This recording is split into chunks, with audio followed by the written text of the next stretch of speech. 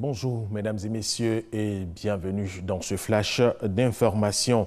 Un conseil des ministres se tient ce mercredi au palais présidentiel en présence du président de la République Alassane Ouattara. Il sera question de l'actualité relative à la Côte d'Ivoire et de son processus de développement. L'ex-président français Nicolas Sarkozy, présent à Abidjan dans le cadre de ses activités professionnelles, il a été reçu par le chef de l'État ivoirien Alassane Ouattara. Nicolas Sarkozy était accompagné de Sébastien Bazin, président directeur général du groupe Accor, et Cyril Bolloré, responsable de toute activité de logistique et d'infrastructure du groupe Bolloré. Rappelons que Nicolas Sarkozy est membre du conseil d'administration du groupe Accor et président du comité de la stratégie internationale de ce groupe.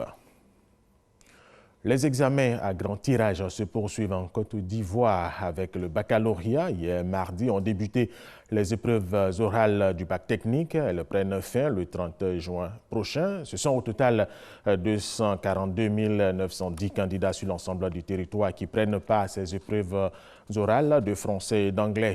Les épreuves écrites auront lieu du 3 au 7 juillet et la proclamation des résultats est prévue le 25 juillet.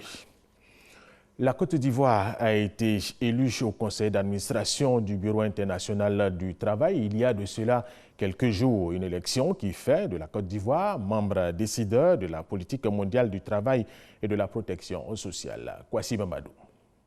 La Côte d'Ivoire, présente à la 106e session de la Conférence internationale du travail CIT à Genève en Suisse.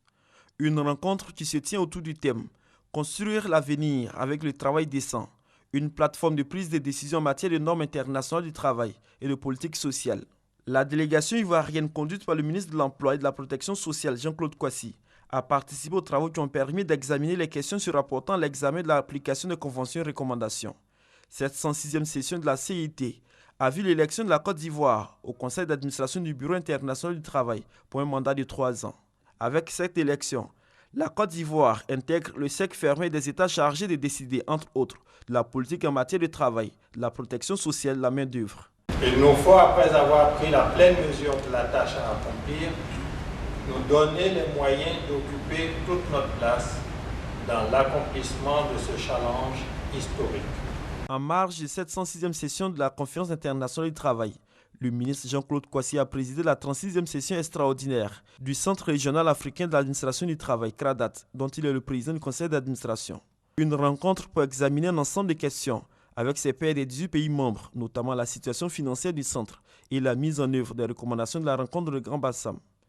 Jean-Claude Kwasi a profité de son séjour suisse pour participer à la 24e session ordinaire du Conseil des ministres de la Conférence interafricaine de prévoyance sociale, la CIPRES. Autre information, une trentaine de personnes ont péri dans des violences entre les communautés Peul et Dogon dans le centre du Mali en fin de semaine dernière, près de la frontière avec le Burkina Faso.